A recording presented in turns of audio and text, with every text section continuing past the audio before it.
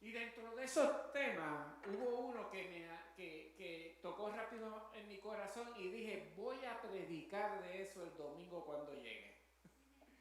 Y cuando estábamos hablando que está ocurriendo algo en el cuerpo de Cristo, que es importante que la palabra del Señor nos alerte sobre lo que está pasando, porque si estamos en este lugar, Dios nos puso con un propósito.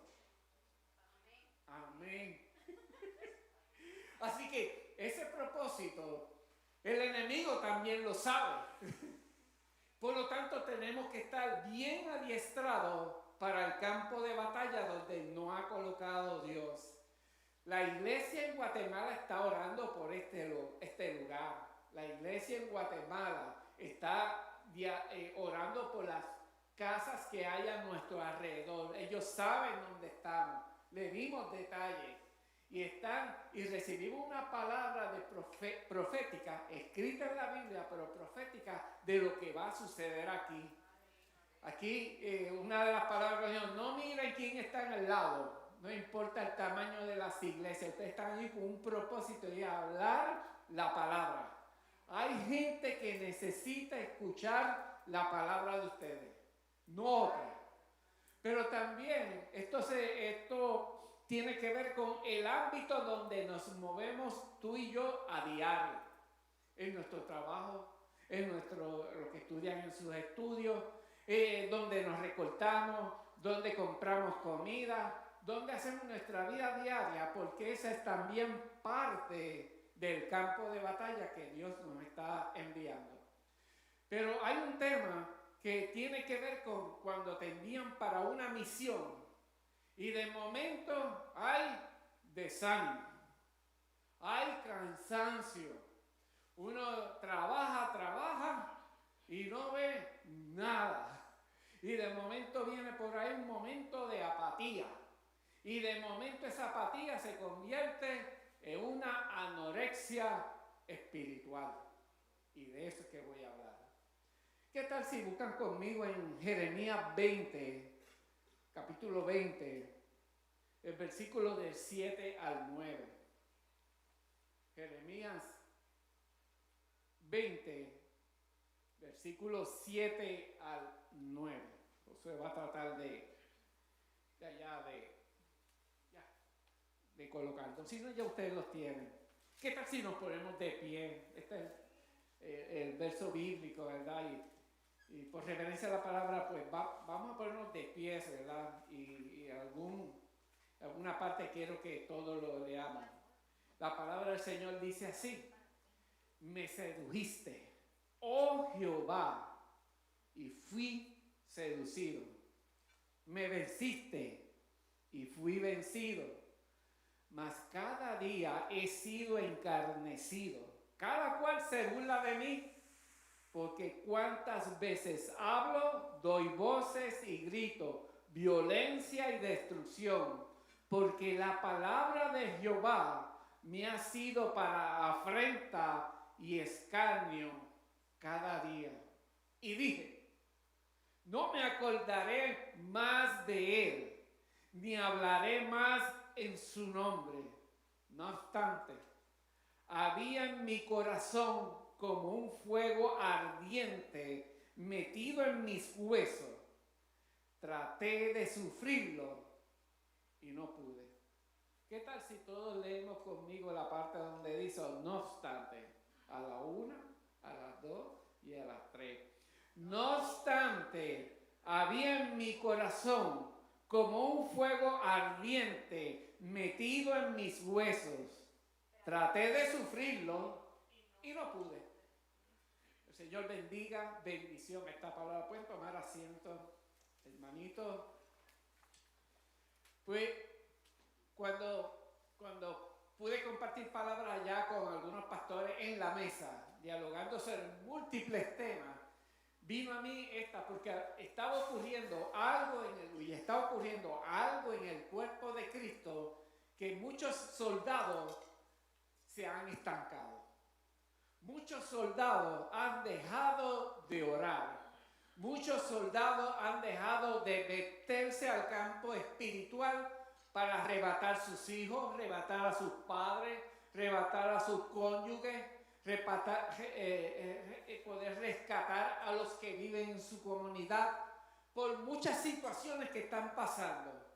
Parte de la estrategia del enemigo de esta temporada o de esta parte final de la era cristiana es que va a crear desánimo y apatía. Siempre en la Biblia hay verdades paralelas y de hecho Jesucristo la utilizaba mucho las parábolas para poder traer una enseñanza espiritual basada en algo físico que estaba ocurriendo. Por supuesto, utilizó lo que estaba ocurriendo precisamente en Israel, en Jerusalén, en Galilea. Él veía para que la gente le pudiera entender y pudiera recibir una verdad espiritual. Es por eso que habló de la parábola del sembrador, para que pudieran entender. Aún así, muchos no entendían, pero sus apóstoles, a sus discípulos, se lo explicó claramente. También utilizaban mucho la pesca, porque había Israel, gran parte de Israel, un pueblo pesquero, ¿verdad? Y utilizaba también asuntos de mayordomía para poder explicar las verdades del reino, pero con un sentido físico que pudieran entender qué era lo que estaba siendo entregado. También utilizó muy frecuentemente muchas enfermedades que estaban ocurriendo en aquel momento en ese lugar histórico. Por ejemplo, utilizaba la ceguera, eso es en el capítulo 9 de Juan, para que los que no ven, vean, y los que ven, sean cegados. Y se refería a una verdad espiritual de la incapacidad de poder discernir una verdad espiritual. Y hablaba en parábola, utilizaba también la sordera. En Marcos 7, 31 al 37, el que tiene oídos para oír, oiga. Está hablando de aquellos que tienen una receptividad espiritual, de una verdad espiritual. También hablaba de la parálisis. Hay dos casos en particular, el paralítico de Betesda, del estanque de Betesda. Pero también había otro que era un paralítico que lo llevaban 4 amigos cargando. Hicieron un hueco en el techo de la casa y lo bajaron para que Jesús orara por él y lo sanara. Cuando vemos esto es que estaba utilizando una condición, una enfermedad, para decretar una verdad espiritual, que sin la intervención divina vas a seguir siendo paralítico. Y estaba hablando de la forma física, pero estaba hablando de una verdad espiritual. Utilizó mucho lo de la lepra. La lepra en aquel tiempo era sinónimo de pecado. El que tenía lepra, pecó. Independientemente si fue que estuvo ayudando a alguien que tenía lepra, pecó también. Pero utilizó la imagen de la lepra para hablar de la sanidad y hablar de la reintegración a una sociedad luego que era sanado. Y estaba hablando de verdades espirituales del reino. Cuando el Señor perdona nuestros pecados, hay sanidad y nos reintegra a una comunidad cristiana con un propósito. Hoy en el siglo XXI hay nuevas enfermedades. La habían también aquel, trastornos espirituales, trastornos físicos, y ahí le echamos la culpa a todos al estrés. Eso tiene que ser el estrés. Y si no hay síntomas que pueden identificar una enfermedad específica, se la achacan a la fibromialgia. Si te duele algo, eso es fibromialgia. Porque no pueden determinar una causa específica, pero sí los síntomas, ¿verdad? Así que cuando estamos hablando, hay una enfermedad y es la enfermedad de la anorexia espiritual que yo quiero hablar, pero hay una anorexia física también. Y quiero ver la realidad física para poder traer una enseñanza espiritual, porque para este tiempo es clave que nos deshagamos de la anorexia espiritual que nos puede estar atacando. Y mucha gente dirá, pastor, qué exagerado. A nosotros no nos pasa eso, pero les quiero traer que tú y yo en algún momento de nuestra vida cristiana caímos en esta anorexia. En los miembros de la iglesia no es tan notorio, pero cuando esa anorexia le da a un ministerio, a alguien a cargo de un ministerio, se hace más notable. ¿Y qué le pasó al pastor? Se enfrió, pero si estaba en el altar. ¿Qué le pasó a ese adorador que estaba en el altar, que adoraba las manos y batía las manos y de momento está en la cuneta de la vida? O mejor, o peor aún, en un status quo, ni tibio ni caliente. Asiste su cuerpo, pero su espíritu no. Ese es peor. No está, en el caso de físico, la anorexia no es una enfermedad que se transfiere, pero en el caso espiritual sí se puede transferir. Porque el que está desnutrido espiritualmente dentro es lo que va a predicar y va a dar desnutrición y provocar desánimo. Mira qué interesante está esto. Si la información médica dice que cuando hay una enfermedad hay que identificar las causas, detectar las razones, porque siempre hay un medicamento. Cuando vino el COVID-19, nadie pensaba que iba a haber una vacuna. En aquel momento, la gente lo que estaba mirando era el fin del mundo. Llegó el apocalipsis, una de las plagas que están escritas. Y nadie pensaba que iba a haber una alternativa, había una solución. En el caso de la anorexia espiritual, tenemos la vacuna, que es la misma palabra. No importa la condición o las circunstancias que te llevaron a tener esa anorexia, que voy a explicar más adelante. Siempre la palabra tiene una solución, siempre la medicina. Y cuando estamos hablando de anorexia en el término físico, se define como la pérdida de apetito o la falta anormal de ganas de comer. Se te acabó. A mí cuando tengo mucho trabajo me da anorexia. No como, bebo café. Café. O cuando estoy en situaciones de estrés, no nos da ganas de comer. Eso le pasa mucho a los que trabajan mucho con trabajo de exceso. Pero no se refiere a esta anorexia. Ya esto es un trauma. Cuando se convierte en un trauma, ya es una enfermedad. Sin embargo, el síntoma de la anorexia, que es el deseo de no comer, es simplemente la punta del glaciar, del iceberg. No es la enfermedad. Ese es el síntoma que da. Dejar de comer. Es un trastorno que posiblemente la causa se refiere a muchas, amor, no es solamente una. Puede ser, pero sin embargo, cuando se pierde ese apetito, lo que nos dice es, hay un aviso, algo anda mal, y si no lo corregimos, se va a poner peor. Pero ¿qué es la anorexia espiritual? Yo aquí buscando asociarla con la anorexia física es cuando perdemos el deseo por las cosas de Dios.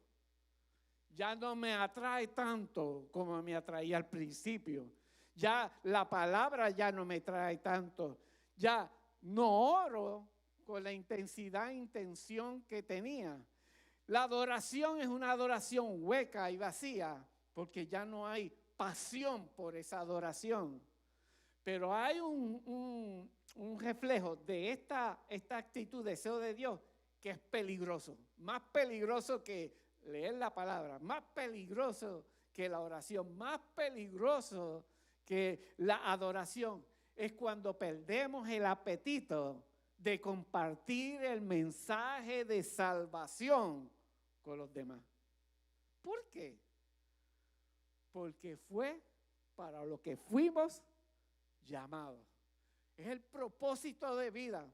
Allá en Guatemala, dentro de los temas que se tocaron, el pastor Enercio cubrió lo que era la presencia de Dios, un mensaje poderoso. Pero la pastora de ustedes y mi pastora, no se quedó atrás. Dios lo usó con poder. Y estaba hablando del propósito. Aquel que no haya escuchado esa predicación, se busca la página de la iglesia Misión Evangélica Bethesda, y escucha esa palabra, porque Dios la usó poderosamente. El mismo pastor que estaba allí, el que estaba pastor, decía, la palabra estuvo poderosa y me estremeció, pero lo que verdaderamente me estremeció fue con la pasión con que lo transmitiste. Oye, y para llamar la atención, que va a cumplir 80, ha escuchado de todo, pero todavía faltaba y tenía deseo de escuchar esa palabra. Es una palabra no solamente para la iglesia de allá de Guatemala y los que estaban allí, es una palabra para la iglesia de hoy. Cuando perdemos ese apetito por compartir el mensaje, es cuando se agrava, porque el cumplir la predicación, llevarle palabra, es parte de nuestro propósito, es parte de nuestro llamado. Cuando dejamos de hacerlo, no significa que hay una rebeldía. Posiblemente se refiere a una apatía, se refiere a un desgaste interior, un cansancio del alma, que el cuerpo dice, no quiero más comida. Pero tiene un efecto en 4 áreas. Los efectos de la debilidad espiritual es que las tentaciones se hacen más fuertes, porque estoy débil. ¿A quién busca el lobo? A la más indefensa. Y aquellos que les gustan los documentales de National Geographic, cuando las leonas que van a cazar, ¿a quién buscan? A los elefantitos chiquititos. A los venados chiquititos, porque son los más indefensos. Cuando hay debilidad espiritual, créanme, ustedes y yo somos los targets, somos las metas más primarias del enemigo. Hay ánimo más débil, decisiones se toman apresuradas y empezamos a tomar decisiones sin buscar la voluntad de Dios. Parecen buenas, pero no necesariamente. Y en el momento que hay debilidad espiritual, las emociones completamente inestables. Y le dicen algo y no le dicen nada extraordinario, pero se molesta porque emocionalmente están pasando por una debilidad espiritual. En vez de buscar a Dios, lo que se hace es que se caen en rutinas vacías, distracciones, y empezamos a nutrirnos de calorías bajas. No busco la proteína, busco los fast food, la comida chatarra, en cual tiene que ver con actividades, las redes sociales, el trabajo, el entretenimiento, y se empieza a producir un aislamiento de la comunidad donde Dios te puso. En Proverbios 27, 23, la palabra, la voy a leer en 2 versiones, porque este es importante, especialmente para aquellos que tenemos hijos, hay que estar pendientes. En Proverbios 27, 23 dice, sé diligente en conocer el estado de tus ovejas y mira con cuidado por tu rebaño. Esa es la versión Reina Valera del 60. Le voy a leer otra versión. Es Reina Valera antigua, antes del 1909. Dice, considera atentamente el aspecto, el rostro de tus ovejas. Pon tu corazón a tu rebaño. La diferencia entre una y la otra es que la antigua era más literal de lo que estaba escrito.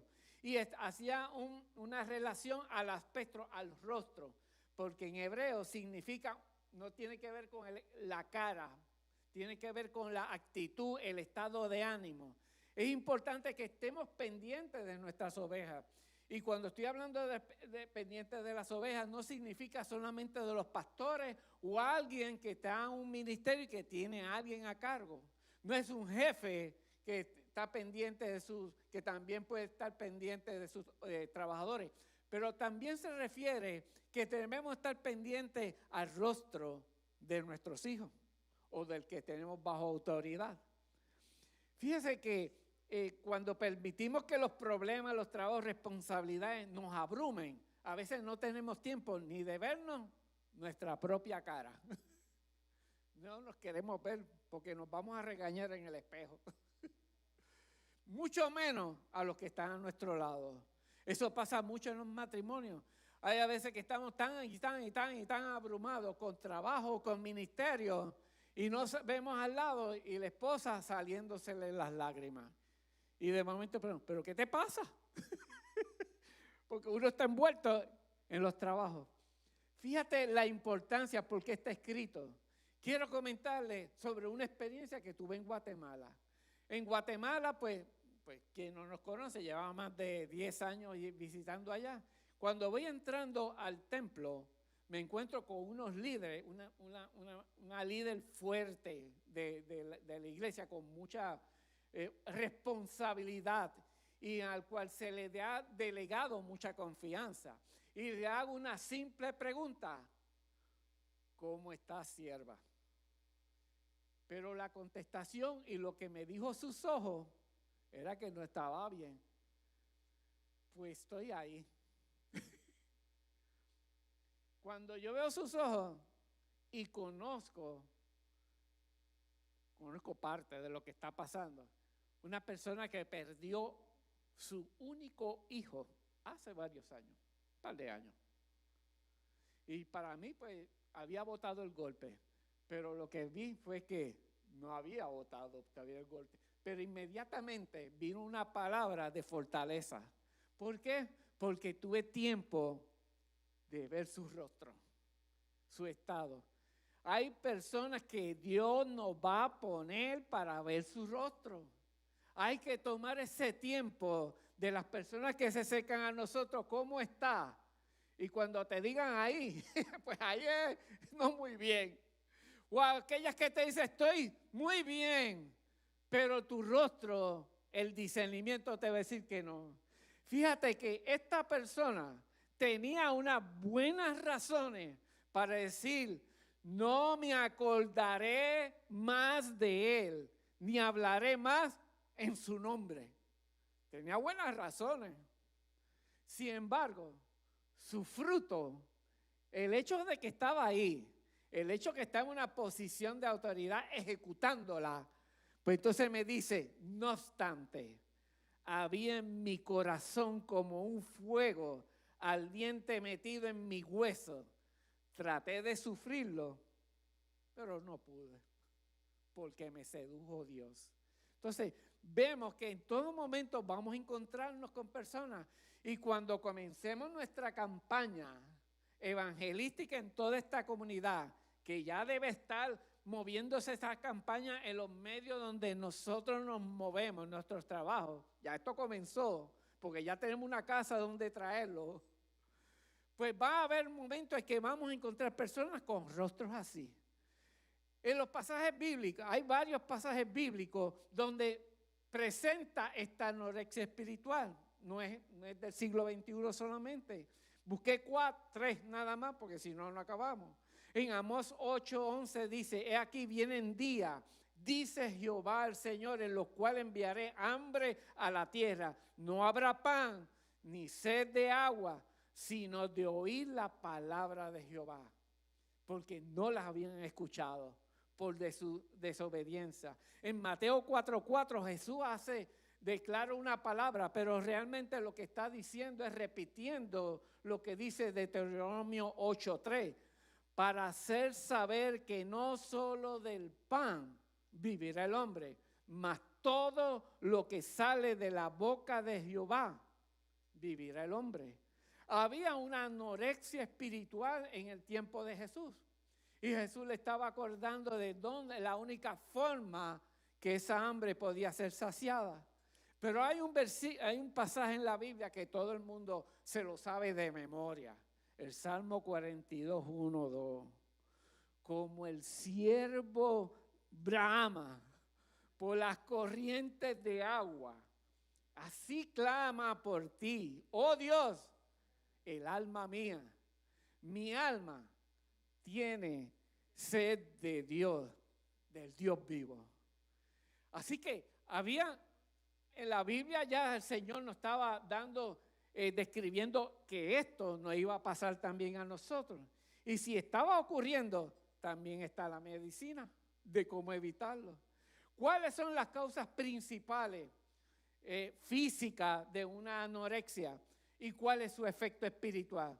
Normalmente, alimentación irregular. No hay un hábito constante por la palabra ni la oración. Saturación de cosas secundarias. El corazón se empieza a llenar de ruido y pierde sensibilidad. Demasiada información, redes sociales, trabajo sin descanso, noticias a todo momento. Las series de Netflix a todo momento. Las series son buenas, especialmente las coreanas, porque son sanas. Pero demasiado, y a dejar la oración y la intimidad, puede saturarnos. Heridas no tratadas, frustraciones, estrés, culpa, agotamiento emocional. Eso es parte de las condiciones de una anorexia física. Pero eso drena el apetito espiritual por buscar de Dios. Por supuesto, otra de las causas es el pecado oculto. El pecado produce desconexión total. En el Salmo 32:3, allá David decía, mientras callé, se envejecieron mis huesos, en mi gemir todo el día. Esa era la condición cuando había pecado. Pero también la rutina religiosa. Hacer lo correcto, pero sin el corazón. Cuando en Apocalipsis se hace un análisis de la condición espiritual de la iglesia, que está hablando de la iglesia actual, hablaba de una iglesia física, pero escatológicamente estaba hablando de una iglesia del último tiempo también. Era una iglesia que hacía muchas cosas, pero sin corazón. Mucha actividad, pero sin intimidad. Consecuencia de esto, interpretar mal las circunstancias. ¿No le ha pasado cuando usted está decaído, sin ánimo espiritual? Empezamos a interpretar todas las cosas. Tu esposa te dice algo y lo interpretaste, pero yo no dije eso. O al revés, el esposo dice, pero yo no quise decir eso. El hermano dice algo, pero perdona, no sabía que eso te iba a ofender. Se pierde la sensibilidad de la voz de Dios. Y si perdemos la conexión con Dios, ya no tenemos dirección. El desánimo, relaciones afectadas, vulnerabilidad de ataques espirituales. La anorexia espiritual afecta toda la vida de nosotros. No tiene que ver solamente con la física, sino también con todas nuestras vidas. Pero una de las consecuencias, y es el que quiero abundar, es cuando se pierde el propósito. Dos cosas. Cuando se pierde tu llamado y se pierde la comisión que nos fue entregada. La anorexia por las almas. Esa sí que es peligrosa. ¿A qué se refiere a la anorexia por las almas? La anorexia es cuando no hay deseo, no hay pasión o compasión por ganar almas, por evangelizar, por discipular y acercar a personas. Es cuando el corazón deja de dolerse por los perdidos. ¿Y cómo se manifiesta esto? 1, falta de carga por los perdidos. Hay mucha indiferencia. Ustedes saben que yo sé que ustedes saben que el que no reconozca a Jesucristo como su único Salvador, ¿para dónde va? Primero va para Piedra Blanca, pero ¿para dónde va? La pastora dice el infierno, una mejor contestación. ¿A dónde? Al infierno profundo. Solamente hay un sitio. Entonces, eso significa que nuestros hijos, nuestros padres, nuestros cónyuges, nuestros sobrinos, nuestros primos, nuestros compañeros de trabajo, nuestros amigos seculares, ¿para dónde van si no tienen a Cristo? Para las pailas del infierno. A veces no lo vemos así y es el problema, Porque cuando haya esa anorexia, ese deseo por las almas, compartimos con ellos, dialogamos con ellos y hablamos con ellos como todo natural y no hay una palabra que el Espíritu utilice para tocar su alma. Se nos olvida que fue así como Dios nos llamó a nosotros, porque alguien se tomó el tiempo de dar una palabra a nuestras vidas. El Espíritu Santo quita la venda y reconocimos la verdad. Cuando hay esta condición, esa es la punta, ¿verdad?, del iceberg. Tenemos que buscar las raíces. ¿Qué está pasando en nuestras vidas? Se manifiesta también que evangelismo ausente o obligación. Yo espero que aquí no haya nada, pero lo estoy diciendo por si acaso. Cuando comencemos nuestra campaña de evangelismo, yo quiero que aquí se llene todo el mundo. Pastor, vamos para adelante para que podamos hacer lo que haya que hacer. Miren, allá en Guatemala, la mamá de que se me escapa el nombre, si me está viendo, bendito, perdón, la mamá de Jeff, es una señora ya de edad, pero le habla hasta las piedras. Aprovecha todo momento. En su ADN tengo que hablar porque me quemo. Estaba como Jeremías, es que hay un fuego que no puedo decir, voy a dejar de hablar. Le habla hasta lo que le dan terapia, necesita terapia física. Pues habla también a la terapista física y en la campaña de septiembre se convirtió. Aprovechó el tiempo en todo momento. Otra de las causas, enfoque en actividades internas, pérdida de quebranto, ya no hay lágrimas por la carga. Causas más comunes, la raíz más común de este tipo de anorexia espiritual es poca actividad, intimidad con Dios. Puede haber muchas, pero la principal es poca intimidad con Dios. El Espíritu Santo es quien produce compasión por los perdidos. Se nos olvida eso. No es porque yo, ay, qué bueno, voy a sentir compasión por todos los perdidos. Es algo que viene del Espíritu y lo provoca en nosotros. En Romanos 9, 1 al 3 dice, verdad digo en Cristo, no miento. Y mi conciencia me da testimonio en el Espíritu Santo que tengo gran tristeza y continuo dolor en mi corazón. Es un Pablo completamente quebrantado, porque deseara yo mismo ser anatema, separado de Cristo, por amor a mis hermanos, los que son mis parientes según la carne.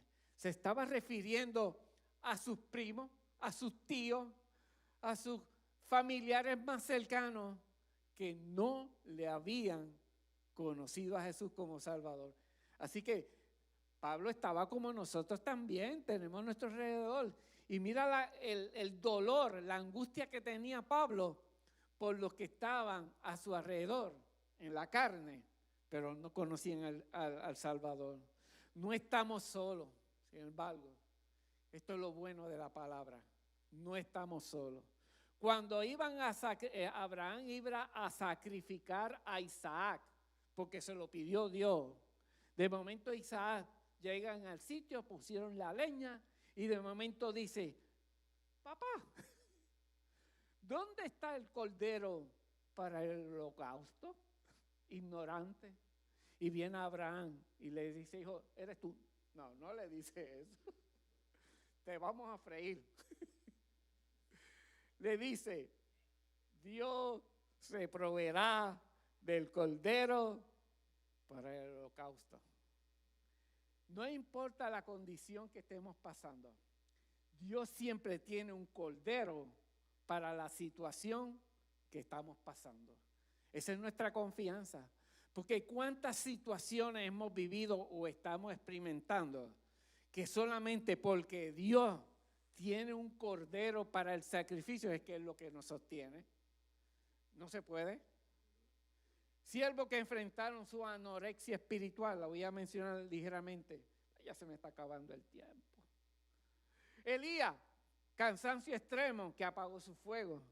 Jonás, indiferencia por las almas, no quería predicar para que se salvaran.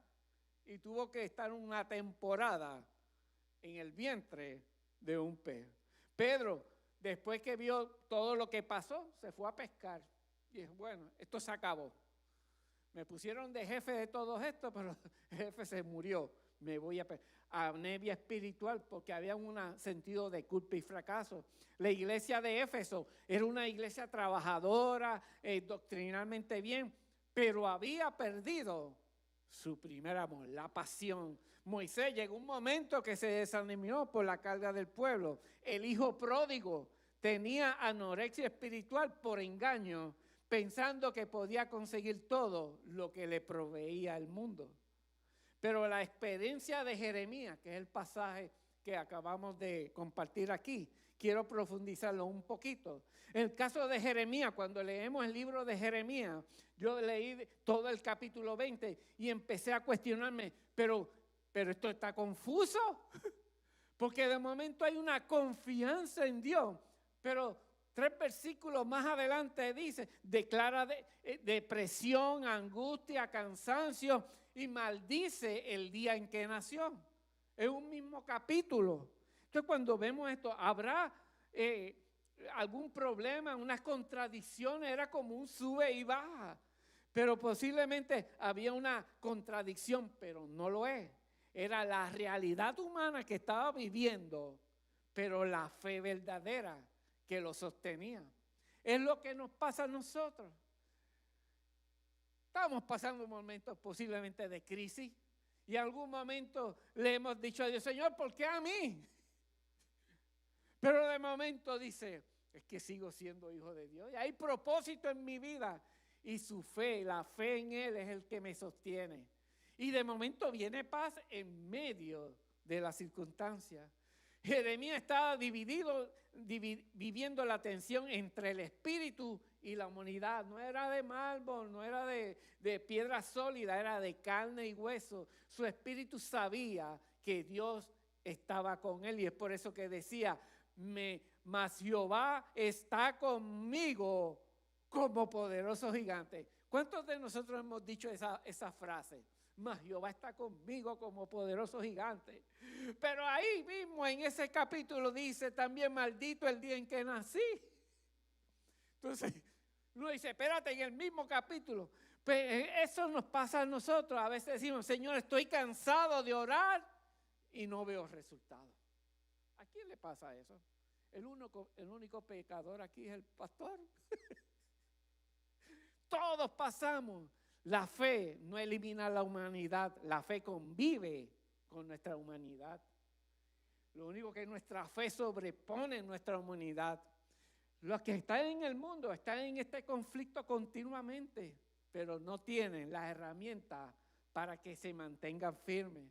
Jeremías está mostrando que la fe auténtica es lineal, no es lineal. Pensamos que nosotros los cristianos, dice, tú eres cristiano, tú siempre estás arriba.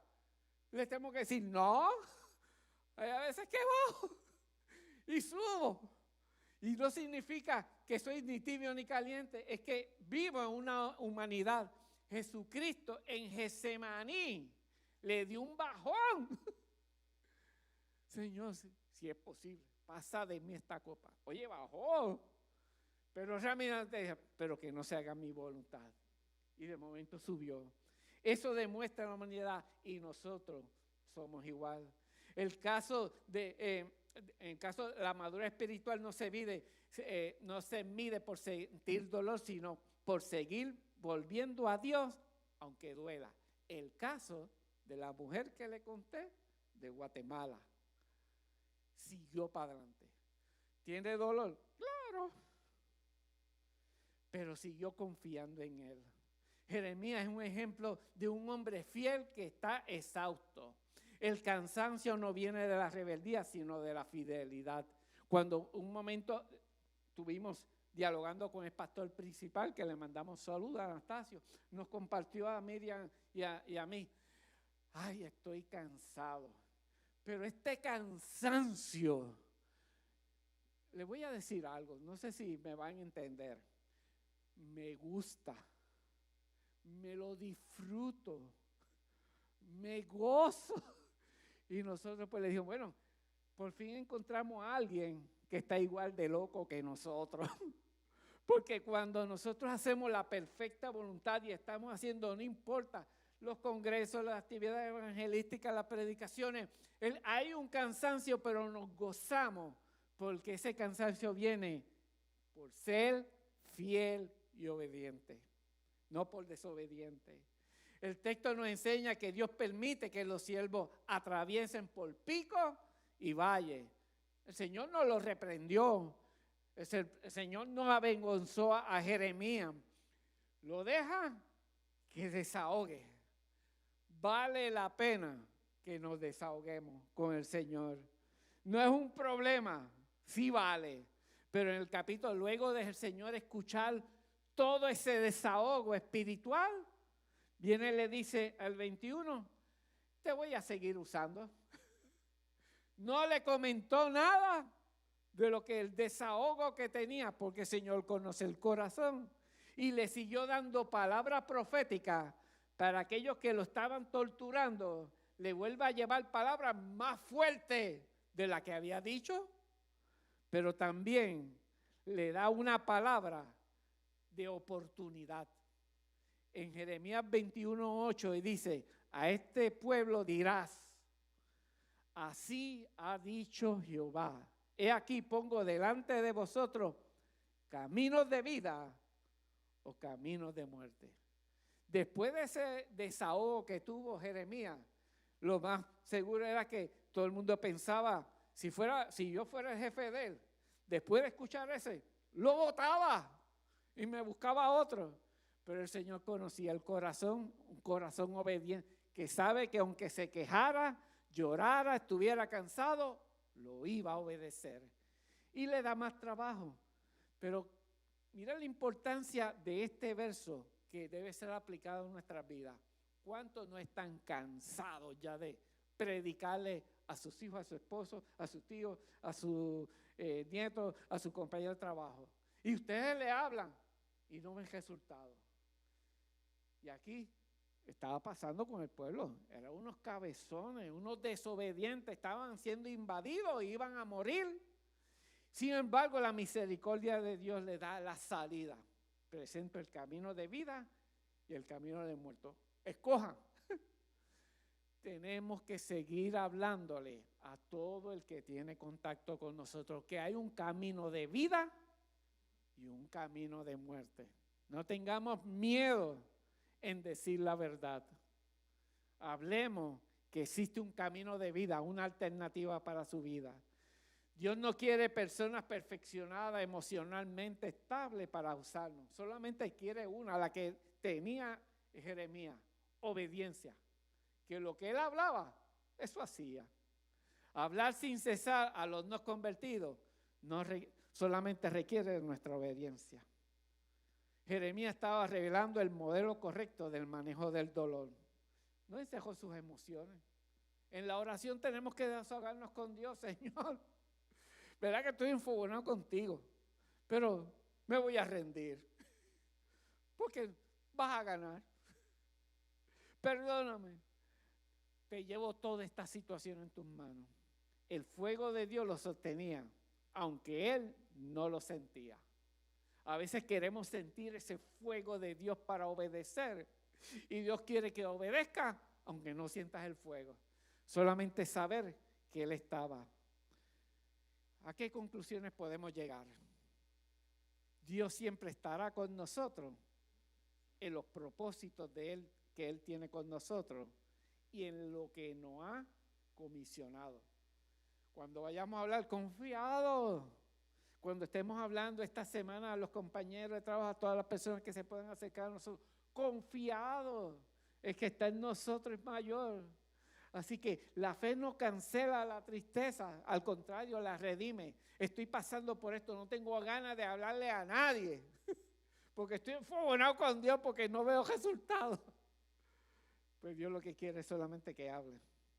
La estrategia de Satanás en este tiempo, en esta temporada final, es provocar anorexia de Dios. No tener apetito de Dios, aunque lo que nos esté ofreciendo ser hijos de Dios y salvación eterna, Satanás busca eso. ¿Cuál es su objetivo? Dos objetivos. Uno, nuestra propia salvación. Porque si nos quedamos en ese periodo de anorexia espiritual, nuestra salvación está en peligro. Porque nos puede llevar como el hijo pródigo. Él no, completamente. O como los que estaban en la iglesia donde eran ni fríos ni calientes, tibios. Y el segundo propósito, objetivo, neutralizar nuestra responsabilidad de nuestro llamado que se llama la Gran Comisión. Si logra eso, detuvo nuestro propósito. Jeremías estaba quebrantado, pero no estaba fuera del propósito de Dios. El alma estaba cansada, pero su espíritu seguía en llama. Él escuchaba la voz de Dios y repetía lo que Dios le decía. Nosotros no tenemos excusa, porque Jeremías no tiene lo que tenemos nosotros. Jeremías solamente escuchaba cuando el Espíritu de Dios estaba sobre él. Pero en nuestro caso, el Espíritu Santo está dentro de nosotros para revelarnos a Cristo, para acordarnos lo que dijo Cristo y para revelarnos al corazón del Padre. Así que hoy día estamos en mejor posición. No nos van a poner en el cepo, que era, le metían la cabeza, las manos, y lo pusieron en la puerta de Benjamín, que era una puerta donde pasaba todo el mundo para que vieran a Jeremías hecho escarnio. Tenemos algo más poderoso de lo que tenía él. Jeremías quería autoinfligirse una anorexia. No voy a hablar. Pero lo que estaba en él, la voz de Dios, el espíritu que estaba sobre él, ardía sobre él. Y no podía callar. ¿Cómo sanar la anorexia? ¿Qué puede venir acá, José? Ya estoy terminando. ¿Cómo sanarla? Algo básico. Vuelve a la cruz. Acordarse lo que Cristo hizo por nosotros. Que alguien tuvo la osadía de hablarnos de Cristo. Y esa osadía que provocó en esa persona, el Espíritu Santo la activó y quitó de nuestras vendas. Porque no lo estábamos buscando. Orar por un corazón compasivo. Quiero decirle que la carga no se fabrica, se pide. Por más que tú quieras decir, me voy a proclamar que voy a orar por las almas. Que les quiero decir que tampoco funciona así, como el decir, voy a dejar este vicio y cuando deje este vicio voy con el Señor. Tampoco funciona así. Se pide. En el Salmo 51, 12 al 13 dice, vuélveme el gozo de tu salvación. Estaba hablando de un David que había perdido esa relación de intimidad con Dios. Y le decía, vuélveme el gozo de tu salvación y el espíritu noble me sostenga. Entonces enseñaré a los transgresores tu camino. En otras palabras, le voy a hablar de ti, voy a predicar y los pecadores se convertirán en ti. Así que no tiene que ver con un deseo, nace de un deseo en el corazón, pero ocurre cuando Dios te pone a ti ese espíritu noble que te sustenta. ¿Qué significa el espíritu noble? Que Dios le dé un espíritu estable, generoso, elevado, que lo mantenga fiel. Un carácter renovado que lo impulse a obedecer a Dios por voluntad y nobleza interna. El David había pasado por un momento de sequía espiritual y necesitaba que el Espíritu Santo lo sostuviera. Se dio de cuenta que era imposible. ¿Qué hacer? Renovar el enfoque de la gran comisión. En Mateo 28, 18 al 20 dice, enseñándoles que guarden todas las cosas que yo he mandado. Y aquí, Yo estoy con vosotros todos los días, enfocándonos, que es un trabajo del Espíritu Santo, pero nos toca a nosotros ir, enseñarles, testificar aunque sea uno. ¿Cuánto tienen aquellos que tienen carros agua estilo? Cuán difícil es guiar un carro hacia la derecha a la izquierda, pero cuán fácil es cuando está en movimiento. Facilito, porque ya cogió la velocidad y virar a la derecha es fácil y virar a la izquierda. Solamente tienes que comenzar con uno para que tú veas que el girarse te va a ser más fácil. Escuchemos testimonio. ¿Qué tal si nos ponemos de pie aquí todos?